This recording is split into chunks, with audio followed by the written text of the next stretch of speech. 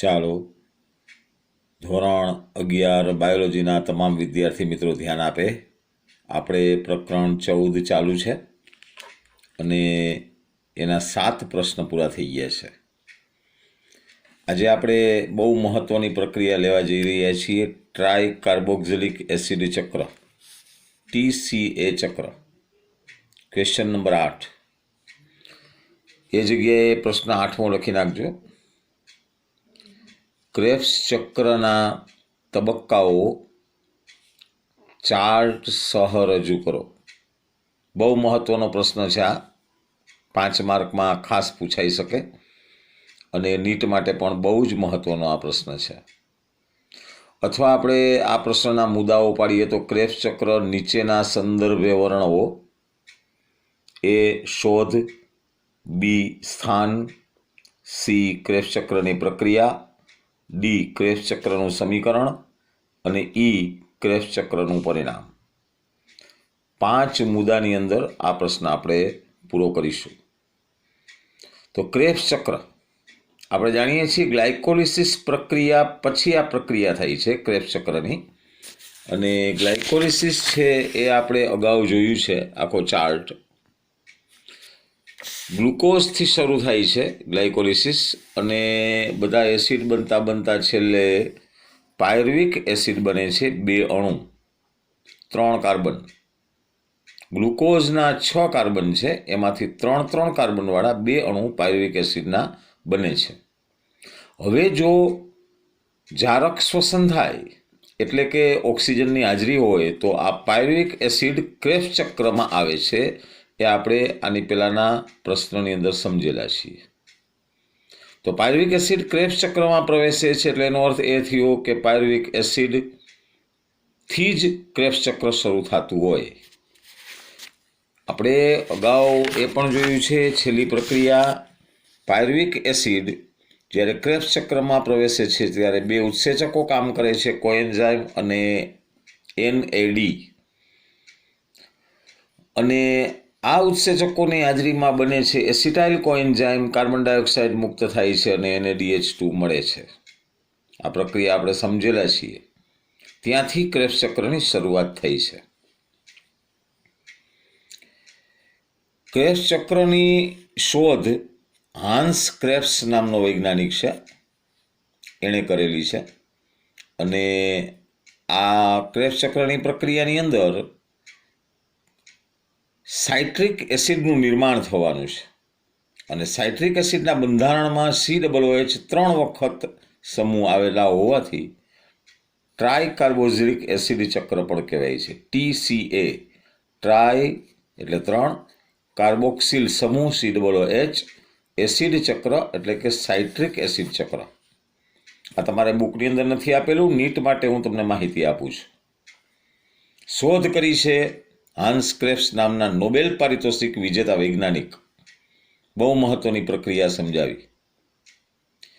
આ પ્રક્રિયા અહીંયાથી શરૂ થાય છે. પ્રક્રિયા મેં હેડિંગ કરેલું છે અને આને સમજવા માટે પાછળ જે આખો ચાર્ટ આપેલો છે, ચાર્ટ જો તમે સમજી લેશો તો તમને પ્રક્રિયા સમજાઈ જશે. પાયરુવિક એસિડથી આ પ્રક્રિયા શરૂ થઈ. પાયરુવિક એસિડમાં 3 કાર્બન છે. પાયરુવિક એસિડનું એસિટાઇલ કોએન્ઝાઇમમાં રૂપાંતર થાય છે 2 કાર્બનમાં. એનો અર્થ થયો 1 કાર્બન ડાયોક્સાઇડ અહીંયા બારીને નીકળે છે. પાયરુવિક એસિડ 3 કાર્બન, અહીંયા CO2 નીકળો, 2 કાર્બનવાળું એસિટાઇલ કોએન્ઝાઇમ બને. ત્યારે NAD છે, નિકોટિન એમાઇડ એડિનાઇન ડાયન્યુક્લિયોટાઇડ, એનું રિડક્શન થાય છે. અહીંયા જુઓ, NAD માંથી NADH2 બને છે, હાઇડ્રોજન ઉમેરાય છે. આને કહેવાય રિડક્શન. NAD માંથી NADH2 અને કોએન્ઝાઇમ ઉત્સેચકની હાજરી છે.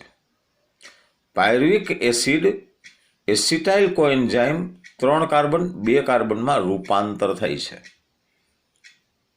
ચાલો, આ જે એસિટાઇલ કોએન્ઝાઇમ છે 2 કાર્બનવાળો, એ ઓક્ઝેલો એસિટિક એસિડ 4 કાર્બન એની સાથે સંયોજાય છે.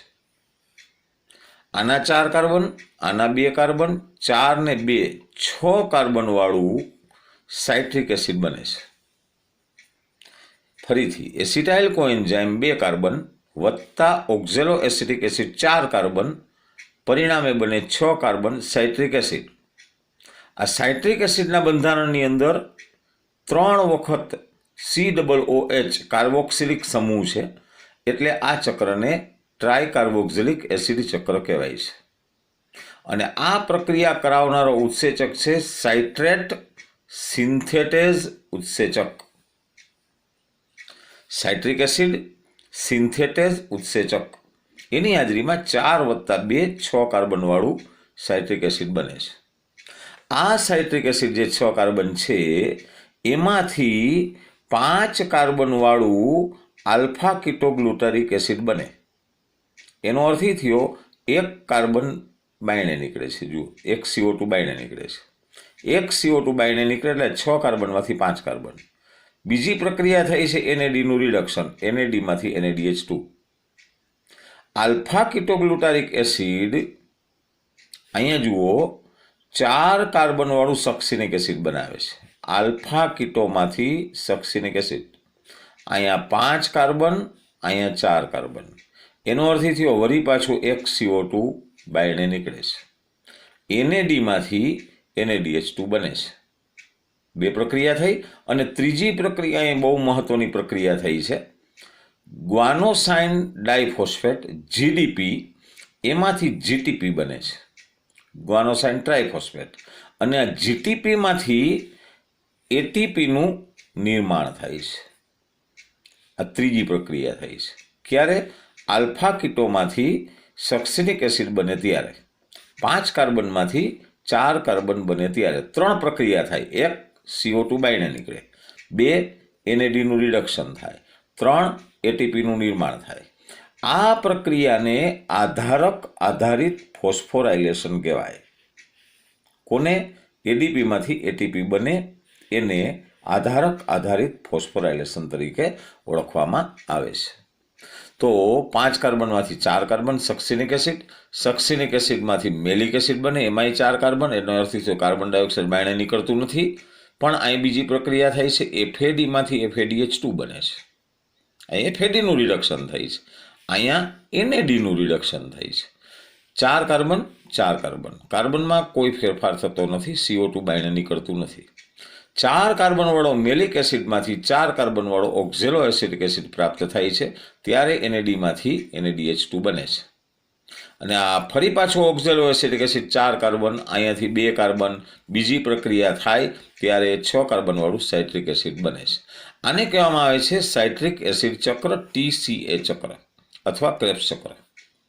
તો વર્ણનની અંદર તમે ચાર્ટ ઉપરથી વર્ણન કરી શકો, પણ આની અંદર જે સમજવાની બહુ મહત્વની બાબતો છે એના ઉપર હવે ધ્યાન કેન્દ્રિત કરીએ મિત્રો, જેના ઉપરથી ATPની ગણતરીઓ પૂછાય છે. આખો આ ચાર્ટ તમે જોશો તો એની અંદર 3 મહત્વની ઘટના થઈ છે. તમે જુઓ, પહેલી CO2 કેટલી વખત નીકળે છે? જુઓ, 1 વખત અહીંયા, આ બીજી વખત, આ ત્રીજી વખત. કેટલા CO2 નીકળે છે?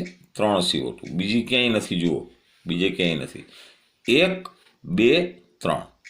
અહીંયા જે મહત્વની ઘટના થઈ છે CO2 3 વખત નીકળે છે. ચાલો, બીજી મહત્વની ઘટના NADH કેટલી વખત બને છે? જુઓ, આ 1 NADમાંથી NADH2, આ 2, આ 3, અહીંયા જુઓ 4. 4 વખત NADH2 બને છે. ફરી પાછું જુઓ, 1, અહીંયા 2, અહીંયા 3 અને અહીંયા 4 વખત NADH2. NAD 3 + 1, 1 ઉપર છે એટલે 1 ઉપર છે એટલે 3 અંદર છે એટલે 1 2 અને 3, એટલે મેં 3 + 1 લખ્યું છે. 3 + 1 બરાબર 4 વખત NAD. FAD તમે જુઓ, FADમાંથી FADH2 આખા ચાર્ટમાં 1 જ વખત છે, એટલે અહીં મેં લખ્યું FAD 1 વખત. મુખ્ય વસ્તુ આટલી બને છે, ધ્યાન રાખો. CO2 3 વખત, NAD 3 ને 1 4 વખત, FAD 1 વખત. ખ્યાલ આવી ગયો? ઉપરાંત ATP તમે જુઓ 1 વખત નીકળે છે. ATP એટીપી એક વખત. અહીંયા તમે લખી શકો એટીપી બરાબર એક વખત. આ મહત્વની બાબત છે, ધ્યાન રાખજો. આને કહેવામાં આવે છે ક્રેબ્સ ચક્રની પ્રક્રિયા. આના ઉપરથી મારે તમારે એટીપીની ગણતરી શીખડાવવાની છે. એટલે ચાલો એટીપીનું ગણતરી સમજતા પહેલાં આનું વર્ણન જોઈ લઈએ. અહીંયાની શોધ આપી છે. ટીસીએ ચક્રનો પ્રારંભ એસિટાઇલ સમૂહની ઓક્ઝેલો એસિટિક એસિડ OAA એમાંથી સાઇટ્રિક એસિડ બને. આ પ્રક્રિયા ઉત્સેચકનું નામ છે સાઇટ્રેટ સિન્થેટેઝ. ચાલો સાઇટ્રેટનું આઇસોસાઇટ્રેટમાં રૂપાંતર થાય.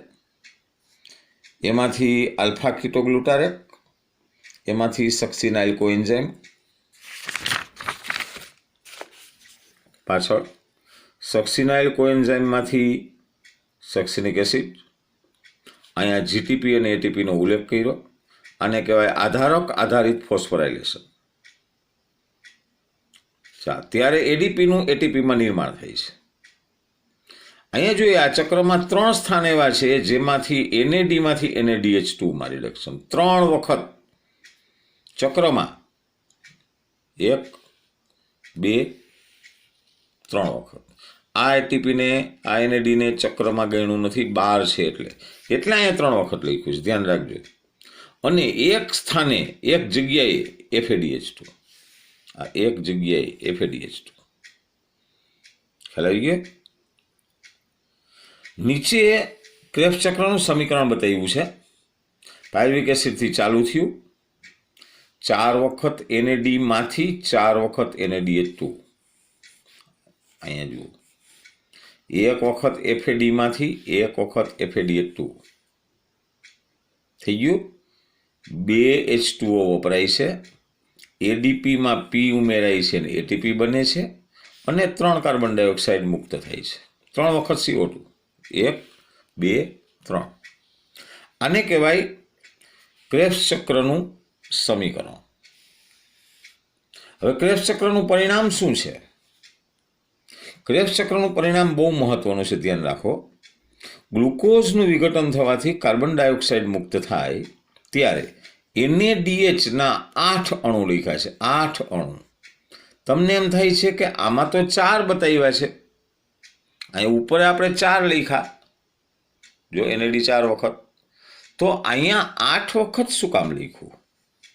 મિત્રો ધ્યાન રાખો, અહીંયા આ ચક્ર જે આપ્યું છે એ પાયરુવિક એસિડનું ચક્ર છે.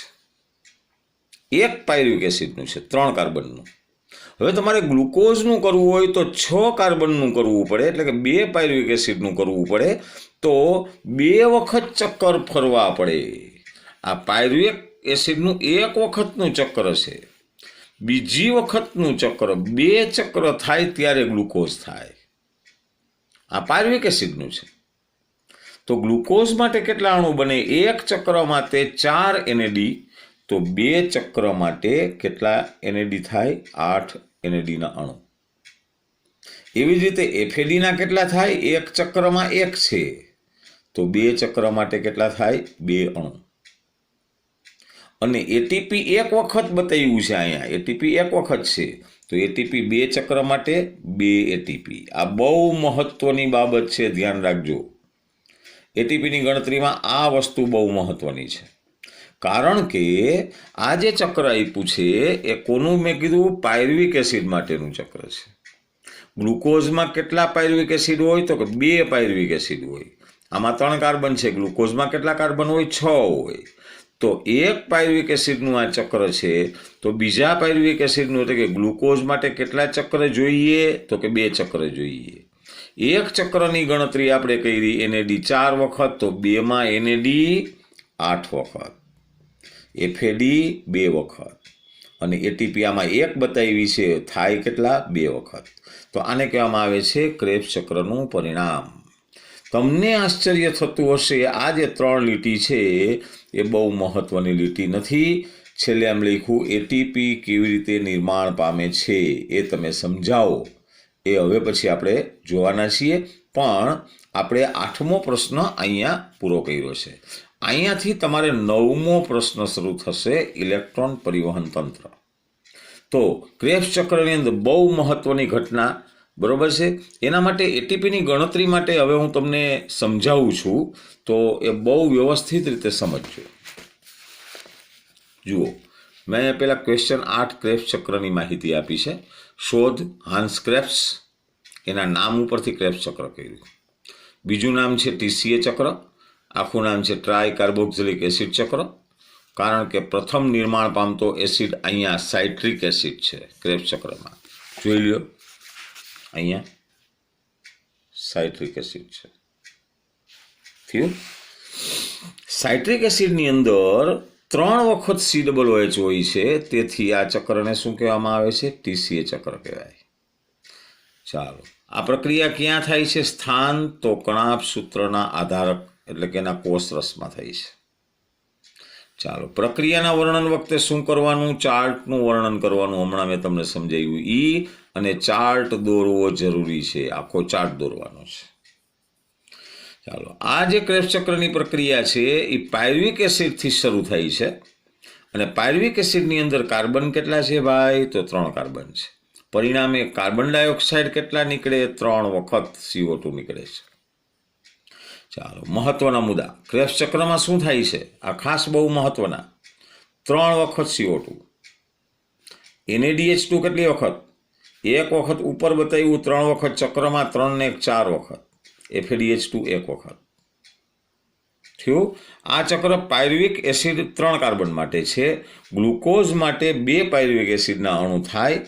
પરિણામે ગ્લુકોઝનું તમારે દહન કરવું હોય તો કેટલા ચક્ર જોઈએ? 2 ચક્ર જોઈએ. ગણતરી 2 ચક્ર માટેની કરવાની, ગ્લુકોઝ માટેની. ચાલો, હવે એટીપીની ગણતરી આપણે જોઈએ. મિત્રો, એટીપી છે ને, એટીપીની ગણતરી વખતે તમે ધ્યાન રાખો. શું ધ્યાન રાખવાનું છે? આ બુકની અંદર નથી આપ્યું, ખાસ ધ્યાન રાખજો. બધા મિત્રો બરોબર સમજજો આ મુદ્દો. એટીપીની ગણતરી કરતી વખતે એટીપી 2 પ્રકારની છે, તમારે સમજવાનું. 2 પ્રકારની કઈ? એક આધારક આધારિત એટીપી. તો એટલે શું? તો કે તમે ચાર્ટ જુઓ અને એ ચાર્ટની અંદર તમને એટીપી લખેલી દેખાય, ચાર્ટમાં દેખાય, એ એટીપીને આધારક આધારિત એટીપી કહેવાની. ખ્યાલ આવી ગયો? ચાલો, બીજી એટીપી કઈ? ઓક્સિડેટિવ ફોસ્ફરીકરણ આધારિત. હવે એ એટીપી કઈ? ચાર્ટમાં દેખાય નહીં. આ ચાર્ટમાં દેખાય, આ ચાર્ટમાં દેખાય નહીં, પણ કેમાંથી મળે? આમાંથી. NAD ને FAD માંથી મળે. એ એટીપીને ઓક્સિડેટિવ ફોસ્ફરીકરણ આધારિત એટીપી કહેવાય.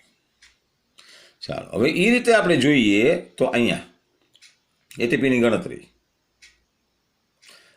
બીજી વસ્તુ ધ્યાન રાખવાની, એક NADH2 માંથી 3 એટીપી મળે, આ યાદ રાખવાનું. અને એક FADH2 માંથી 2 એટીપી મળે. NAD માંથી કેટલી? 3. FAD માંથી કેટલી? 2. એટીપી કેટલા પ્રકારની હોય? તો 2 પ્રકારની. ચાલો, ખ્યાલ આવી ગયો? હવે ક્રેબ્સ ચક્રમાં આપણે જોઈએ તો NAD કેટલી વખત છે? 4 વખત છે. એકમાં 3 એટીપી મળે તો 4 વખત 12 એટીપી મળે. FADની વાત કરીએ તો 1 વખત FADમાં 2 એટીપી મળે તો 2 એટીપી થઈ, એક જ વખત છે. કુલ 12 ને 2 14 એટીપી NAD અને FADમાંથી મળે. 12 વત્તા 2 14 એટીપી આમાંથી મળે. ઓક્સિડેટિવ ફોસ્ફરીકરણથી મળશે. ચાલો, બીજું ગ્લાયકોલિસિસ અને ક્રેબ્સ ચક્રની બધી ગણતરી હું તમને જારક શ્વસનની સમજાવું છું. ગ્લાયકોલિસિસમાં તમે જોશો તો ફોસ્ફરીકરણ તબક્કો એટલે કે ઉપરનો તબક્કો. ચાલો, અહીંયા જોઈ લઈએ. ગ્લાયકોલિસિસમાં આ ઉપરનો તબક્કો, આ ગ્લાયકોલિસિસ. અહીંયાથી ગ્લુકોઝથી અહીંયા સુધી આ જે છે એને કહેવામાં આવે છે ફોસ્ફરીકરણ તબક્કો. આને કહેવામાં આવે છે ફોસ્ફરીકરણ. અહીંયાથી નીચે જે તબક્કા આપ્યા છે એને કહેવામાં આવે છે વિફોસ્ફરીકરણ. અહીંયા આ બધા વિફોસ્ફરીકરણ. આ બે એરો છે એનાથી ઉપર ફોસ્ફરીકરણ. તો અહીંયા ફોસ્ફરીકરણમાં તમે જોશો તો 2 વખત એટીપી વપરાય છે. જુઓ, વપરાય છે. અહીંયા જોશો કે એમાં વિફોસ્ફરીકરણમાં તો 2 વખત એટીપી બને છે. અને આ પ્રક્રિયા અહીંયા પણ થાય છે, એટલે 2 વત્તા 2 એટલે કુલ 4 એટીપી બને છે. અને 2 એટીપી વપરાય છે. 4 માંથી 2 બાદ કરો, કુલ 2 એટીપી મળે છે એનએડીમાંથી. ખ્યાલ આવી ગયો? અને તમને એનએડીમાંથી શું ઓક્સિડેટિવ આપણે આધારક આધારિત તમને ચાર્ટમાં દેખાય છે. કેટલી એટીપી? 2 અહીંયા વપરાય, 4 બને, 4 માંથી 2 નીકળે એટલે 2 દેખાય છે, એટલે આધારક આધારિત. અને 1 વખત એનએડી છે ગ્લાયકોલિસિસની અંદર. વળી પાછું આપણે જોઈએ ગ્લાયકોલિસિસમાં ફોસ્ફરીકરણ તબક્કામાં 2 વપરાય, વિફોસ્ફરીકરણમાં 4 બને, કુલ 4 - 2 બરાબર 2 આધારક આધારિત એટીપી મળે. કેમાં મળે? ગ્લાયકોલિસિસમાં. ગ્લાયકોલિસિસમાં NADH2 કેટલી વખત છે? 1 વખત. કેટલી એટીપી મળે એનએડીમાંથી? 3. ખ્યાલ આવી ગયો? અને ગ્લુકોઝમાંથી કેટલી મળે? તો 6. 2 વખત, 2 એનએડી, 2 બાજુ. તો 3 ગુણ્યા 2 એટલે 3 દુને 6 આ થાય. ઓક્સિડેટિવ ફોસ્ફરીકરણ આધારિત 2 વખત 3 દુને 6. 6 અહીંયા અને 2 આ કઈ આધારક આધારિત 2 અને 6 કુલ 8 એટીપી ગ્લાયકોલિસિસમાં તમને પ્રાપ્ત થાય. એવી રીતે ક્રેબ્સ ચક્રમાં. ક્રેબ્સ ચક્ર માટે એટીપી ગણતરી કરવી હોય તો ફોસ્ફરીકરણ થઈ ઓક્સિડેટિવ ફોસ્ફરીકરણ આધારિત 14 એટીપી થાય. એ ઉપર આપણે ગણ્યું આ જગ્યાએ 14 એટીપી. ગ્રુપમાં હું આ ફોટો મૂકી દઈશ, તમે આના ઉપરથી 2-3 વાર રિવિઝન કરજો એટલે તમને આવડી જશે. અહીંયા 14 એટીપી. પણ કેટલા ચક્ર જોઈએ? કેટલા ચક્ર જોઈએ? મેં કીધું ગ્લુકોઝ માટે 2 ચક્ર જોઈએ. 14 દુની 28 એટીપી થાય. આધારક આધારિત 1 વખત છે. ચક્ર કેટલા છે? 2 ચક્ર માટે 2 એટીપી થાય. તો 28 ને 2 30. 30 એટીપી ક્રેબ્સ ચક્રમાં થાય. 8 એટીપી ગ્લાયકોલિસિસમાં થાય. કુલ 30 ને 8 38. સામેના પાનામાં મેં બહુ વ્યવસ્થિત રીતે પાછું ગણી દીધું છે. ક્રેબ્સ ચક્ર દરમિયાન આધારક આધારિત 2, ઓક્સિડેટિવ ફોસ્ફરીકરણ આધારિત 28. ક્રેબ્સ ચક્ર દરમિયાન કુલ 30. 28 ને 2 30. ગ્લાયકોલિસિસમાં આધારક આધારિત 2, ઓક્સિડેટિવ ફોસ્ફરીકરણ આધારિત 6, કુલ 6 ને 2 8. કુલ 30 ને 8 38 એટીપી મળે. આ ન સમજાતું હોય તો એક વ્યવસ્થિત એક ટેબલ પણ તમને હું મૂકી દેવાનો છું. એક ટેબલ, અને ટેબલની અંદર પણ ગણતરી કરવામાં આવી છે. જુઓ આ ટેબલ એટીપીની ગણતરી માટેનું ટેબલ.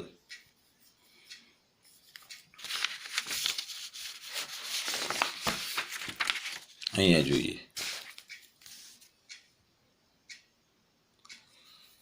જારક શ્વસનમાં એટીપીની ગણતરીનું ટેબલ. આ તમારે બુકમાં નથી આપ્યું, તમને સમજવામાં બહુ મદદરૂપ થશે. મેં અહીંયા ગ્લાયકોલિસિસનું લખ્યું છે આખાનું, અને અહીંયા ક્રેબ્સ ચક્રનું લખ્યું છે. ગ્લાયકોલિસિસમાં આધારક આધારિત ફોસ્ફરીકરણમાં 2 વપરાય, વિફોસ્ફરીકરણમાં 4 બને, કુલ 4 - 2 બરાબર 2. 2 એટીપી ગ્લાયકોલિસિસ આધારક આધારિત. હવે ઓક્સિડેટિવ ફોસ્ફરીકરણ આધારિત એનએડી ને એફએડીમાંથી ગ્લાયકોલિસિસમાં NADH2 કેટલી વખત છે? 1 વખત. 2 બાજુ પ્રક્રિયા થાય તો 2 વખત NADH2. 1 એનએડીમાંથી કેટલી મળે? 3. 2 માંથી કેટલી મળે? 6. અહીંયા આવ્યું 6. કુલ 6 ને 2 8 એટીપી. કેમાં? ગ્લાયકોલિસિસમાં. ચાલો ક્રેબ્સ ચક્રમાં અહીંયા જો એ આધારક આધારિત દેખાય છે કેટલી? ચાર્ટમાં 1 વખત દેખાય છે. તો 2 ચક્ર માટે 2 એટીપી મળે એટલે અહીં 2 લખી. હવે ઓક્સિડેટિવ ફોસ્ફરીકરણ આધારિત NAD કેટલી વખત છે? 4 વખત. 1 NADમાંથી 3 મળે. 4 તેરી 12. એફએડી કેટલી વખત છે? 1 વખત. કેટલી એટીપી મળે? એફએડીમાંથી 2, એનએડીમાંથી 3. અહીંયા કેટલા એવા? 2. 12 ને 2 14. 14 એક ચક્ર માટે. 2 ચક્ર જોઈએ તો 14 ને 14 દુ 28. કુલ તમે જુઓ તો 28 અહીંયા, 2 અહીંયા, 28 ને 2 30. 30 ક્રેબ્સ ચક્રમાં મળે અને 8 ગ્લાયકોલિસિસમાં મળે. કુલ 8 ને 30 38 એટીપી કુલ મળે. તમે આમ હિસાબ કરો તો ઓક્સિડેટિવ ફોસ્ફોરીકરણ આધારિત કુલ કેટલી મળે? 6 અને 28. 28 ને 6 34. અને આધારક આધારિત કુલ કેટલી મળે? 2 વત્તા 2 કુલ 4. તો એ રીતે પણ તમને હિસાબ મળી જાય. 4 વત્તા 34 બરાબર 38. તો આ એટીપીની ગણતરી બહુ મહત્ત્વનું ટેબલ છે મિત્રો. મેં તમારા માટે ખૂબ મહેનત કરીને બહુ વ્યવસ્થિત રીતે આ ટેબલની સમજૂતી આપી છે. અહીંયા આપણે ક્વેશ્ચન નંબર 8 ક્રેબ્સ ચક્ર, TCA ચક્ર, ટ્રાય કાર્બોક્સિલિક એસિડ ચક્ર, એ નોબેલ પારિતોષિક વિજેતા વૈજ્ઞાનિક જે હાન્સ ક્રેબ્સે શોધ્યું છે અને એના ઉપરથી મેં તમને એટીપીની ગણતરી કેવી રીતે કરી શકાય એ મેં તમને માહિતી આપી છે. આ એટીપીની ગણતરીના પ્રશ્નો નીટ કક્ષાના પ્રશ્નો છે અને નીટની અંદર આના પ્રશ્નો ઘણા બધા પૂછાય છે, તો એ પણ તમે તૈયારી કરી શકો એટલા માટે મેં તમને આ ખૂબ ડિટેલથી માહિતી આપી છે. આ વિડીયોને 2-3 વખત જોશો અને તો જ તમને એટીપીની ગણતરી સમજાશે. તો વિડીયોને જોઈ એને લાઈક કરજો, એને સબસ્ક્રાઈબ કરજો અને બહુ વ્યવસ્થિત રીતે તમે આ ટોપિક ભણજો. અને તમારી એકમ કસોટી સોમવારે રાખવામાં આવી છે. એની અંદર અહીંયા સુધીનો સિલેબસ છે, ક્રેબ્સ ચક્ર સુધીનો, એ આપણે પૂર્ણ થાય છે. દરેક વિદ્યાર્થીઓ એકમ કસોટી આપશે ને આપશે. અત્યારે જે આપણે રિવિઝન ટેસ્ટ સોમવારે રાખી છે એ રિવિઝન ટેસ્ટ છે. તમારે પૂરી રીતે તમારું પેપર લખી એની PDF બનાવી અને તાત્કાલિક 12 વાગ્યા સુધીની અંદર અમારા મોબાઈલની અંદર મોકલવાની છે. 12મા ધોરણના વિદ્યાર્થીઓ જે છે એ મને મોકલશે અને 11મા ધોરણના વિદ્યાર્થીઓ છે પટેલ સાહેબના મોબાઈલ નંબર આપેલા છે એમાં પોતાની PDF મોકલશે. બહુ વ્યવસ્થિત રીતે જારક શ્વસનમાં ક્રેબ્સ ચક્રની આપણે વાત કરી. આવતા વિડીયો લેક્ચરની અંદર નવા પ્રશ્ન સાથે ફરી મળીશું. ત્યાં સુધી તમામ વિદ્યાર્થીઓને ગુડ બાય. આવજો.